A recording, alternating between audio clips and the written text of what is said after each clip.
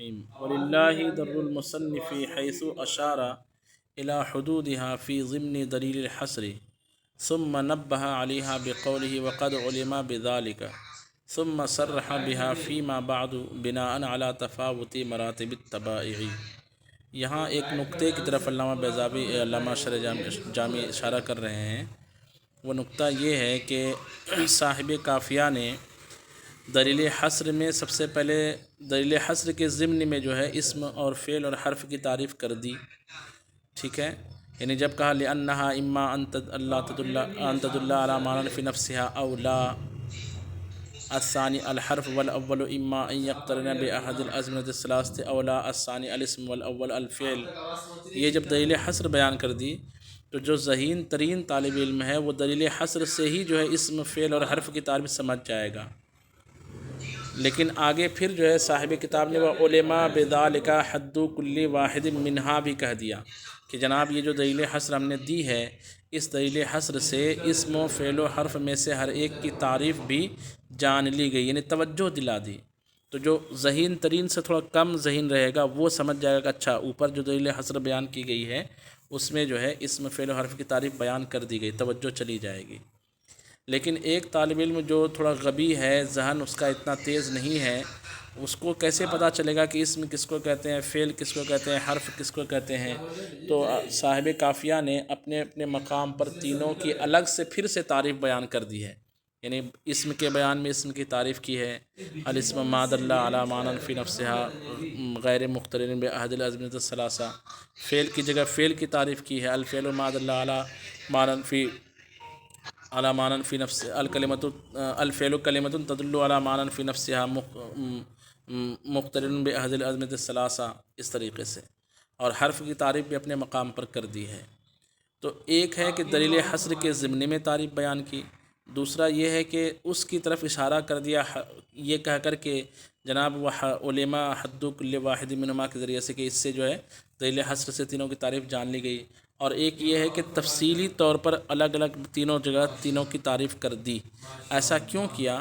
تو صاحب کتاب فرماتے صاحب شرح جامی کہ وللہ در المصنف، مانا ہوگا کہ اللہ ہی کے لیے خوبی ہے مصنف کو، یعنی یہ جو دعائیہ جملہ ہے وللہ در المصنف وللہ در فلاں، یعنی جب یہ بولتے ہیں نا کہ کیا کہنے فلاں کے، کیا بات ہے فلاں کی، تو ایسی کہتے ہیں کہ مصنف کی کیا بات ہے، حیث اشار الی حدودها، کہ انہوں نے اشارہ کر دیا ان تینوں کی تعریفات کی طرف، فی ضمن دلیل حصر، دلیل حصر کے ضمن میں، ثم نبہ علیہا بقولہ وقد علم بذالک، پھر اس پر تنبیہ کر دی اپنے اس قول سے وقد علم بذالک کہہ کر، ثم صرح بها فیما بعد بناء علی تفاوت مراتب التباعی، پھر ان کی تصریح کر دی، یعنی تینوں تعریفات کی تصریح کر دی ما بعد میں۔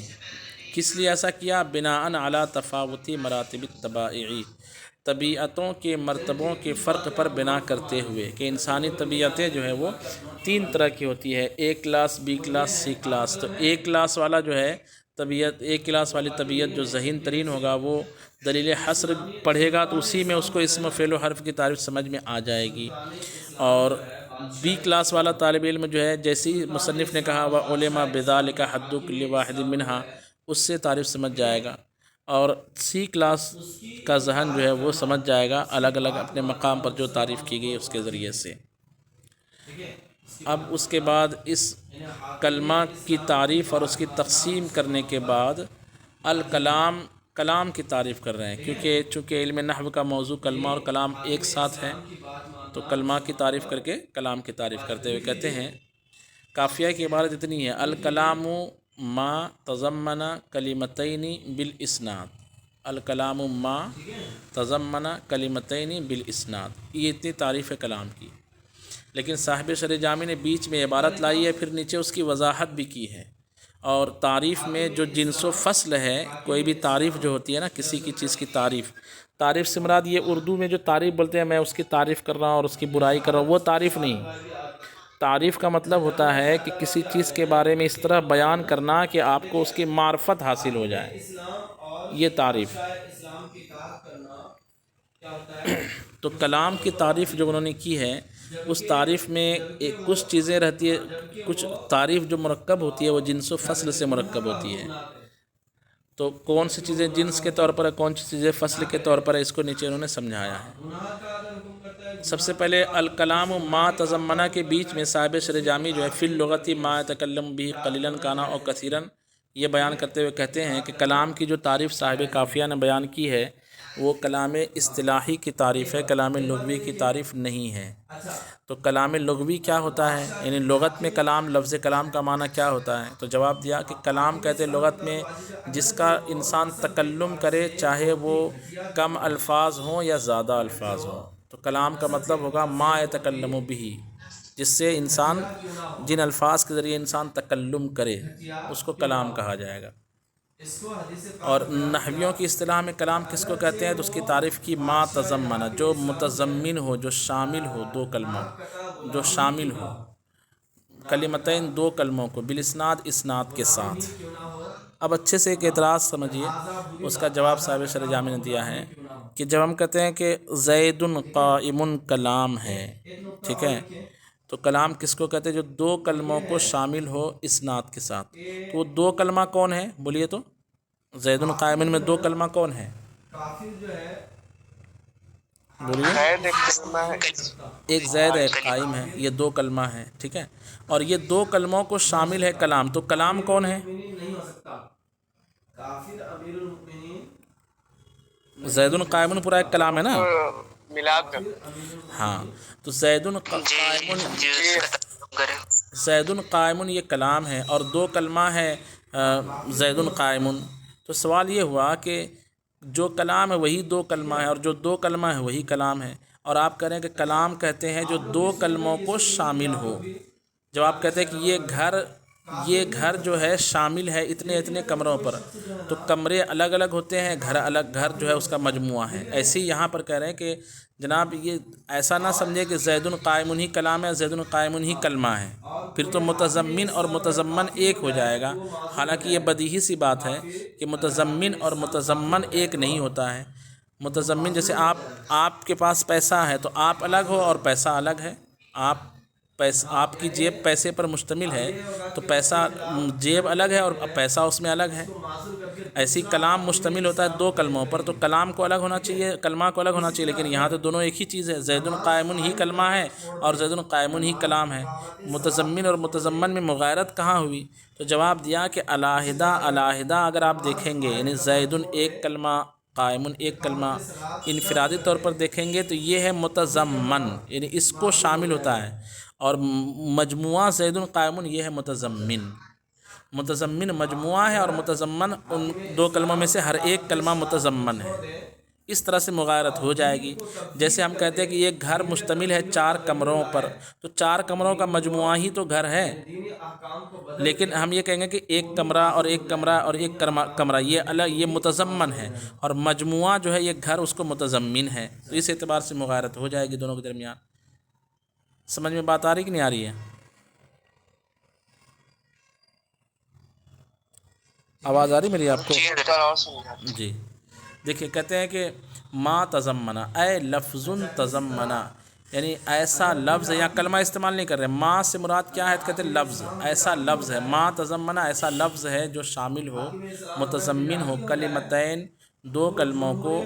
اب آگے حقیقتاً اور حکماً کہہ کر ایک اعتراض کا جواب دیا جا رہا ہے کہ دو کلمے، کبھی ہم دیکھتے ہیں کہ ایک کلام ہے لیکن اس میں دو کلمے نہیں، جیسے اضرب کلام ہے لیکن اس میں دو کلمہ نہیں ہے. تو کہا کہ دو کلمہ چاہے حقیقتاً ہو جیسے زید قائم، یا حکماً ہو جیسے اضرب میں دو کلمہ کیسے؟ اضرب ایک کلمہ اور انت ضمیر جو ہے دوسرا کلمہ ہے جو حکماً وہاں موجود ہے. تو دو کلموں کو شامل ہو. اے تکون کل واحدۃ منہما فی ضمنہ، یعنی دونوں کلمے، دونوں میں سے ہر ایک کلمہ اس لفظ کے ضمن میں ہو. فالمتضمن اسم فاعل هو المجموع، تو جو متضمن اسم فاعل ہے وہ مجموعہ ہے. جیسے گھر مجموعہ جو ہے متضمن ہے. والمتضمن اسم مفعول کل واحدۃ من کلمتین، اور متضمن جو اسم مفعول ہے وہ دو کلموں میں سے ہر ایک ہے. جیسے علیحدہ علیحدہ کمرہ جو ہے یہ متضمن ہے. فلا یلزم اتحادہما، تو دونوں کا اتحاد لازم نہیں آئے گا، یعنی یہ نہیں کہیں گے کہ متضمن اور متضمن ایک ہے، بلکہ الگ الگ کہیں گے۔ اس کے بعد کہا کہ بالاسناد، اسناد کے ساتھ حاصل ہو۔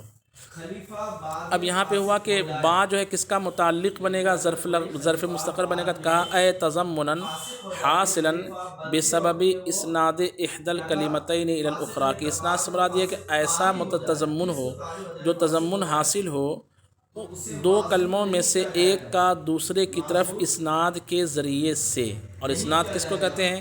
والاسناد نسبت احدى الکلمتین حقیقتا او حکما الی الاخری، اسناد کہتے ہیں دو کلموں میں سے ایک کو نسبت کرنا، چاہے وہ دونوں کلمے حقیقتاً ہو یا حکماً ہو دوسرے کی طرف، دو کلموں میں سے ایک کی نسبت کرنا چاہے وہ ایک کلمہ حقیقتاً ہو یا حکماً ہو دوسرے کی طرف، بحیث تفید المخاطبہ فائدۃ تامۃ، اس حیثیت سے کہ مخاطب کو پورا فائدہ دے۔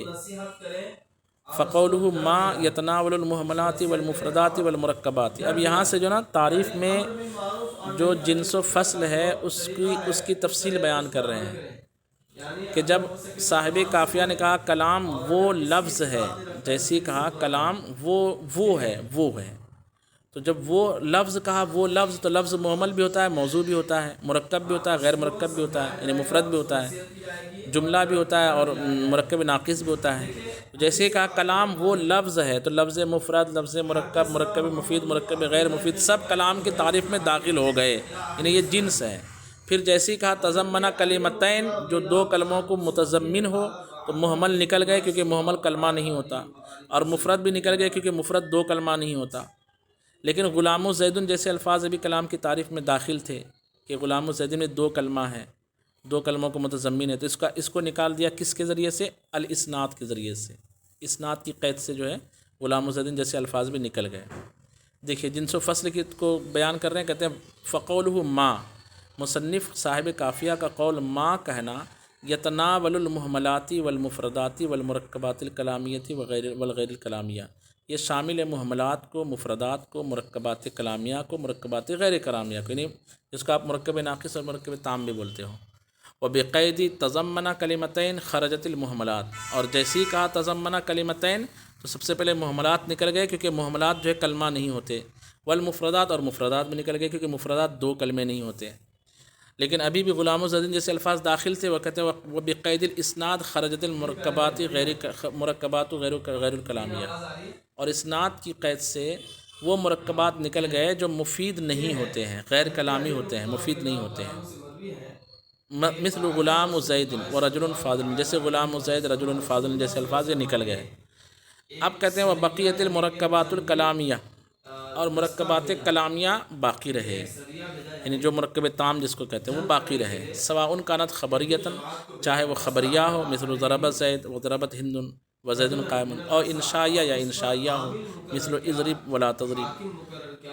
فإن كل واحد منهما تضمن كلمتين إحداهما ملفوظة والأخرى منوية وبينهما إسناد يفيد المخاطبة فائدة تامة، اس لیے کہ ان دونوں میں سے ہر ایک، چاہے اضرب لیں اور لا تضرب، ان دونوں میں سے ہر ایک جو ہے دو کلموں کو شامل ہے، ان میں سے ایک کلمہ ملفوظ ہے، دوسرا منوی ہے، یعنی اضرب میں اضرب ملفوظ ہے اور انت منوی ہے، لا تضرب میں لا تضرب ملفوظ ہے، انت منوی ہے، اور دونوں کے درمیان ایسا اسناد ہے جو مخاطب کو پورا فائدہ دیتا ہے، مخاطب کو پورا فائدہ دیتا ہے۔